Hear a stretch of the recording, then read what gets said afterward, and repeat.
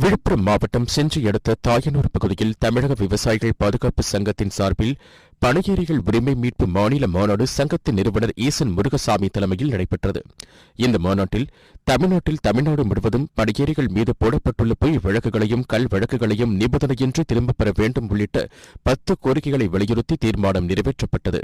தமிழக விவசாயிகள் பாதுகாப்பு சங்கத்தின் சார்பில் விழுப்புரம் மாவட்டம் மேல்மலையூர் அருகே இருக்கக்கூடிய தாயனூரில் பனையேரிகளுடைய உரிமை மீட்பு மற்றும் கல் விடுதலை மாநாடு இன்று நடைபெற்றது. இந்த மாநாட்டின் வாயிலாக உலகளாவிய உணவு தேடும் உரிமையின் ஒரு பகுதியாகவும் இந்திய அரசியலமைப்பு சட்டத்தால் அங்கீகரிக்கப்பட்டுள்ள உணவு தேடும் ஒரு உரிமையின் ஒரு பகுதியாக இருக்கக்கூடிய பனை மற்றும் தென்னை மரங்களிலிருந்து கல்லை இறக்குவது, பருகுவது, விற்பனை செய்வது உள்ளிட்ட உரிமைகளை தமிழ்நாடு அரசு தடை செய்திருக்கிறது. அந்த தடையை விலக்க வேண்டும். இயற்கையான உரிமையை செயல்படுத்துவதற்காக பனையேறுகிற பனையேரிகள் மீது காவல்துறை மனித உரிமை மீறலை நிகழ்த்தி கொண்டிருக்கிறது. பொய் வழக்குகளை பதிவு செய்து கொண்டிருக்கிறார்கள்.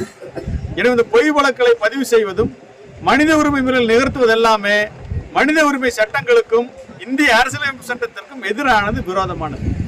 இது எந்த இடத்துல காவல்துறை நிகழ்த்தினாலும் தமிழக விவசாயிகள் பாதுகாப்பு சங்கத்தின் சார்பில் அங்கு பனையேரிகளோடு தமிழக விவசாயிகள் பாதுகாப்பு சங்கம் உறுதுணையாக நிற்கும். அவர்களுக்கு அனைத்து உதவிகளையும் செய்யும்.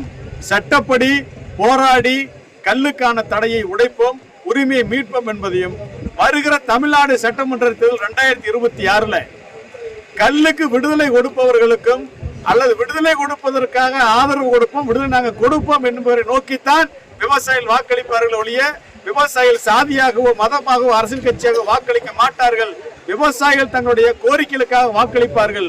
பனையேரிகள் அவருடைய உரிமைகளுக்காக மட்டுமே வாக்களிப்பார்கள் என்பதை தெரிவித்துக் கொண்டு அனைத்து அரசியல் கட்சிகளும் இதற்கான ஆதரவை கொடுக்க வேண்டும். ஆளுகின்ற திமுக உடனடியாக கல்லுக்கு விதிக்கப்பட்டிருக்கிற தடையை நீக்க வேண்டும் என இந்த மாநாட்டின் வாயிலாக நாங்கள் வலியுறுத்தி கேட்டுக்கொள்கிறோம்.